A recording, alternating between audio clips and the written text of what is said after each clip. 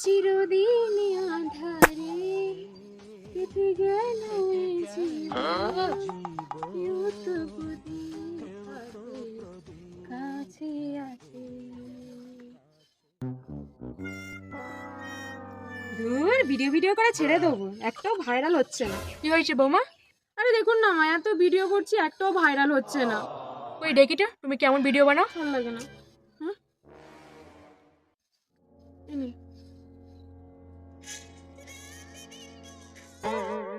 এরকম ভিডিও বানালে তুমি আমার ভাইরাল হবে? দাঁড়াও। কোথায় গেল রে? A few moments later. ধুর, মোবাইলটা নিয়ে আবার কোথায় গেল? বৌমা